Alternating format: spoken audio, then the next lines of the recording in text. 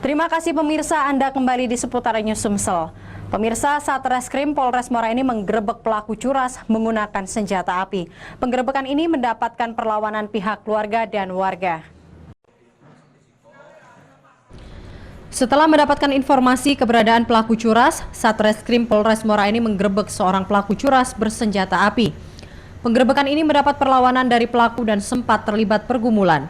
Tak hanya pelaku, perlawanan juga dilakukan pihak keluarga dan warga yang mencoba menghalangi petugas membawa pelaku.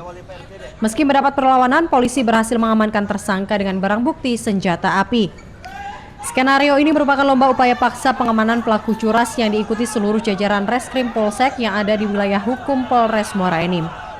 Kapolres Muara Enim AKBP Aris Rusdianto menyatakan kegiatan ini merupakan salah satu upaya pihak kepolisian untuk kembali mengingatkan anggotanya akan standar operasional prosedur penggerebekan pada pelaku tindak kriminal maupun tersangka narkoba. Tiap-tiap polsek diminta untuk mempraktekkan proses penangkapan dan pengamanan pelaku sesuai aturan.